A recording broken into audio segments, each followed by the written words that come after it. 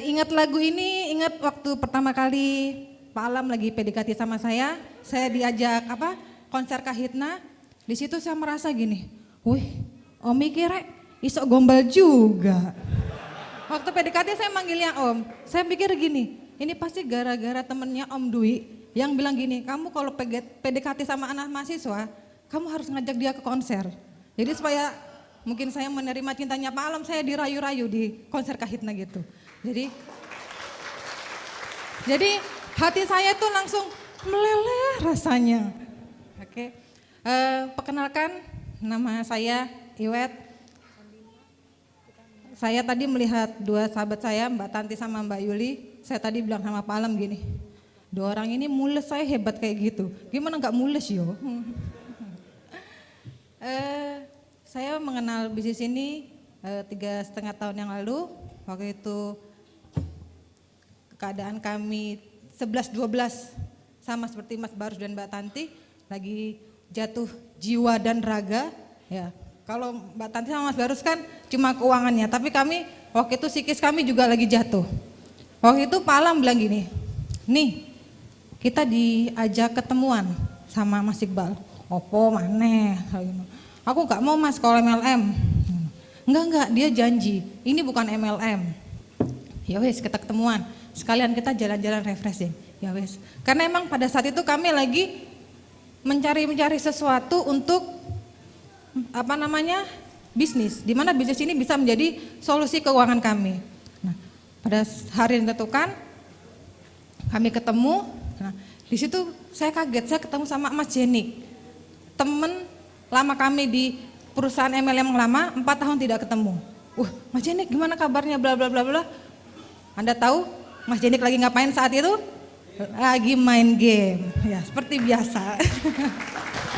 Nah, saat itu temannya Pak Alam dia mempersertakan kami bisnis. Wah, Anda tahu saya nih kalau udah nggak seneng, muka saya udah lain. Aduh tahu bener loh MLM toh Mas. Oh, mendingan gitu kita nonton bioskop Mas. Terus akhirnya Pak Alam bilang, Pak mohon maaf, saya kalau MLM saya tidak berminat. Karena di perusahaan yang sebelumnya saya berjanji bahwa itu adalah MLM terakhir saya. Terus akhirnya untungnya temannya Pak Alam itu dia mau menerima. Akhirnya kita menyampingkan pandangan ke Mas Jenik. Mas Jenik lagi bisnis apa? Nah ini kesalahannya, Mas Jenik lagi bisnis apa? Langsung Mas Jenik cerita tentang Allian. Mas Jenik cerita tentang Allian. Saya melihat bahwa wow, ini sepertinya bisnis yang saya cari. Itu. Terus saya bilang sama Mas Alam, Mas, kayaknya ini bagus ya Mas yo, kayaknya gampang ya. Iya. Nah akhirnya kami pulang. Sebenarnya pada saat itu kami bisa saja ketika kami menolak teman kami yang menamar MLM, kami bisa saja langsung pergi atau melakukan kegiatan lain.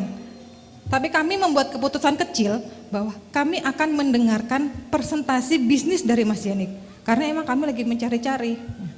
Setelah sampai di rumah, saya sama Pak Alam ngomong gini, Mas kok kayaknya bagus yo Mas yo, yang tadi yang dipresentasikan sama Mas Jenik. Iya. Tapi saya ini nggak paham Mas, soalnya bahasanya Mas Jenik itu terlalu tinggi, benar-benar nggak paham. Terus, ayo Mas kita ketemu lagi. Kita telepon Mas Jenik di mana kita janjian. Di situ berulang-ulang kali kami ketemu Mas Jenik untuk pemantapan tentang apa itu asuransi, tentang ini, tentang itu. Sampai di rumah sama. Saya bilang, Mas, aku gak ngerti apa yang ngomong Mas Jenik. Coba Mas, dijelaskan dalam bahasa yang sederhana, yang menurut Mas tahu. Gitu. Nah itu ya hebatnya suamiku ya, dia tuh bisa menyederhanakan dari kalimat rumit menjadi sederhana. Nah itu salah satunya membuat saya tuh cinta dan jatuh cinta terus menerus.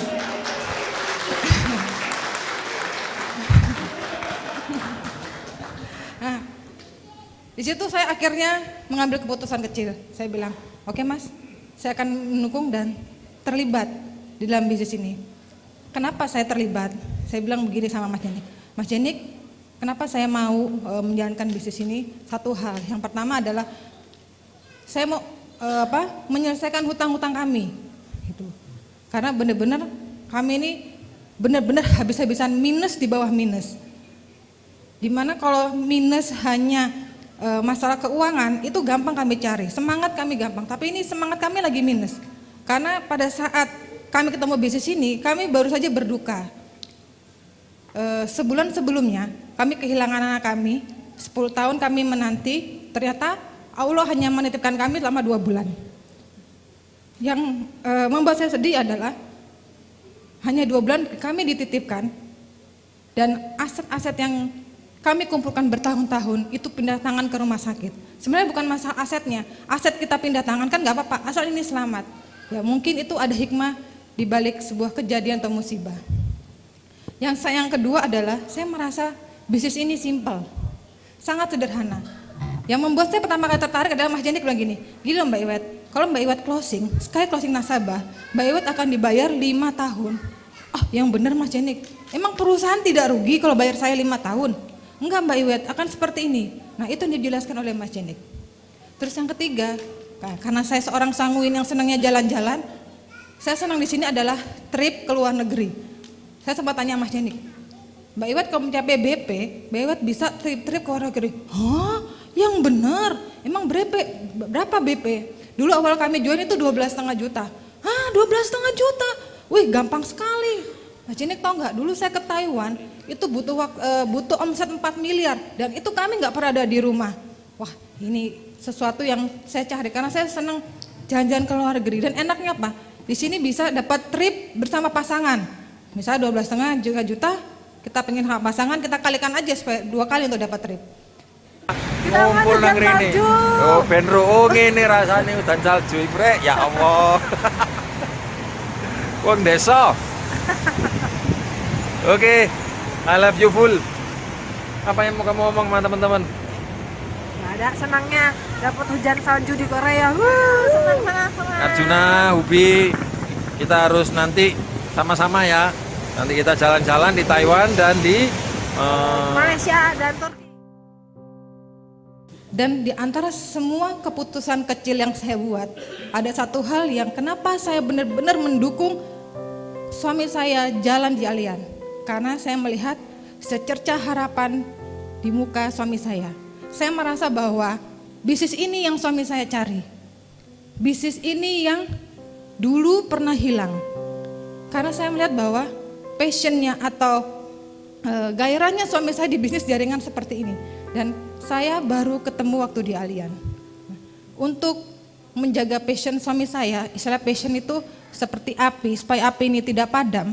Saya bilang sama Mas Salam gini, Mas, gimana kalau karena rumah, kendaraan semua udah kami jual dan kami harus kontrak. Saya bilang, Mas, gimana kalau kita kontrak di rumah Mas Jenik? Saya bilang, saya butuh Mas Jenik untuk menyemangati Mas. Kalau saya sendiri, jujur saya nggak mampu karena kita sama-sama berduka. Nah, saya butuh Mas Jenik untuk menyemangati saya sama menyemangati Pak Alam. Di situ tiap malam saya bersyukur sama Mas Jenik mau menemani kami pada masa-masa susah. Ya, benar-benar saat itu benar-benar hidup yang sangat susah. Awalnya saya kira hanya dengan saya mendukung saja, Pak, itu sudah cukup bagi Pak Alam. Ternyata Pak Alam itu bukan tipe yang seperti itu. Pak Alam itu butuh seorang istri yang mendukung dan terlibat untuk menetapkan langkahnya agar hasilnya lebih bagus. Jadi Pak Alam tuh butuh saya terlibat. Dulu saya mikir, untuk apa saya terlibat? Ya wes, dukung aja lah, nggak apa-apa. Gitu. Kan Mas kepala keluarga, ya Mas kan bisa aja memutuskan ini jalan sendiri-sendiri, kan bisa. Gitu. Tapi itu tidak. Pak Alam lebih senang saya terlibat, bantu presentasi, bantu follow up, terus bantu juga mengenalkan teman-temannya, daripada saya hanya mendukung terus duduk manis di rumah sambil nonton drama Korea. Pak Alam bilang, ayo terlibat, gitu. Itu hasil lebih bagus. Oke, akhirnya saya terlibat. Tapi seperti kayak Mbak Tanti bilang bahwa kami para istri punya cara sendiri dalam melibatkan diri kami di bisnis ini. Nah, sama perjalanan terkadang saya merasa bahwa benar nggak sih bisnis ini tuh buat saya? Benar nggak sih bisnis ini tuh penting, bener nggak sih? Saya ini lebih penting daripada bisnis ini. Pernah nggak misalnya ibu-ibu yang di sini sering ditinggal suaminya presentasi merasa seperti itu, seperti merasa suami saya ini mementingkan bisnisnya daripada saya. Saya sering merasa seperti itu. Ya maklum ya kan, istri kan juga manusia. Tapi Pak Alam melakukan trik-trik kecil atau sesuatu yang membuat saya smelting lagi, meleleh lagi hati saya bahwa benar saya ini penting buat Pak Alam. Yang Pak Alam lakukan perhatian-perhatian kecil. Misalnya Pak Alam itu selalu meng-SMS saya. Kalau misalnya sudah sampai tempat tujuan, dia ketemu siapapun, dia pasti mengabari. Nah, di situ saya merasa, oh iya ya, berarti saya ini penting buat Pak Alam. Oh iya ya, berarti saya ini ya dibutuhkan sama dia. Terus yang saya suka adalah ketika dia pergi, pamitan, dia selalu memeluk. Saya ini adalah tipe istri yang suka dipeluk. Gitu. Jadi supaya menghangatkan istilahnya, emosi saya tidak meluap-luap, Pak Alam selalu cara memeluk. Hani, aku berangkat ya, doakan sukses. Wah, berarti Pak Alam butuh doa saya nih ya. Oke. Hadiah-hadiah kecil. Hadiah di sini bukan berupa materi ya, karena waktu itu kami tidak ada uang. Pak Alam bilang waktu pertama kali pengen jadi BP, Pak Alam yang ini. Hani, BP ini saya persembahkan buat kamu. Kamu yang selama ini mendampingiku, apa Mas Aldi? Kamu yang selama ini mendampingiku, naik turunnya kehidupan, kita hari ini jatuh lagi, BP ini saya persembahkan buat kamu. Hati istri mana yang tidak smelting, meleleh suaminya seperti itu. Terus selain itu juga Pak Alam sering mengajak saya membuat gol-gol kecil. Pak Alam tahu saya paling senang jalan-jalan. Setiap kali Pak Alam ketemu Pak Jenik, Mas mau kemana? Mau ketemu Pak Jenik, aku ikut ya. Karena aku tahu Pak Alam kalau ketemu Pak Jenik salah satunya bahas trip. Nah, itu yang membuat saya semangat gitu. Sampai di rumah, ya apa Mas caranya supaya kita ngejar trip. Nah, kita punya set goal, kita lakukan. Terus apa Mas yang bisa saya bantu supaya kita bisa jalan-jalan berdua, supaya anak-anak ini bisa diajak. Di balik kesuksesan laki-laki ada doa dari seorang perempuan.